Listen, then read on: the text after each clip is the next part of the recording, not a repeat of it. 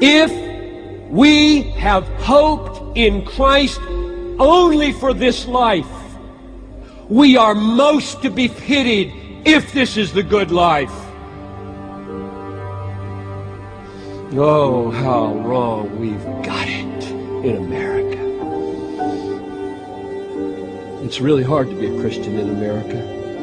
Really hard. It's about the hardest place in the world. So he says two things. I'm in peril every hour, and I die every day. I make so many choices to magnify Jesus in hard places. It hurts me every day. I would not choose this if it weren't true. If I couldn't expect a resurrection from the dead, where everything would be paid back to me 1,000-fold that I have laid down in the service of Jesus, I wouldn't go this way. Christ died for millions of people all over the world, people on your campus, people in the unreached peoples of the world. Their debt has been paid, and they don't know it. They can't taste it. They can't feel it. They can't sing that song. I thank you for the cross, my friend. I thank you for the cross. There's something missing in this suffering. It's not showing up. It's not showing up in 639 unreached people groups, over 100,000 in population, that have zero testimony from the people in this room or me.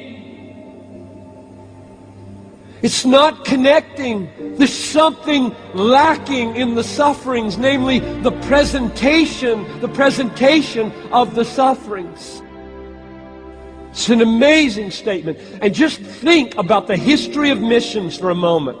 If you have any inkling of how we got to where we are today with 1.3 or 4 billion people professing faith in Jesus Christ when it started from 12, how did we get there? You know what the answer is?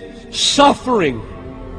There never has been a breakthrough into an unreached place or people without suffering. If you're going to be a missionary, mark it down. Pain, loss of a child, malaria, marital strife, tensions on the team, demonic opposition, martyrdom. It's going to come. Don't think it's strange when it comes. It's the price. He paid his life for our salvation. We join him in that suffering to display the nature of it. How are they going to see how satisfying he is in us if we look like it's the computer toy that is really satisfying?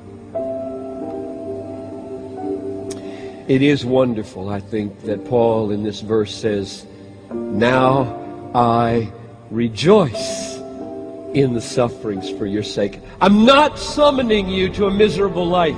I am summoning you to a painful life. But in this pain, all over the Bible, you find Christians rejoicing in tribulation. Rejoice in tribulation.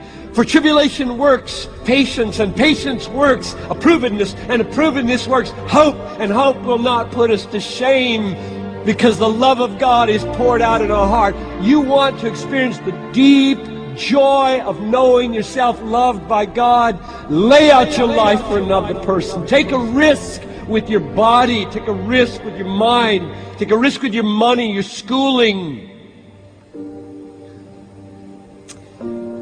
What an amazing thing God calls us to do and to be.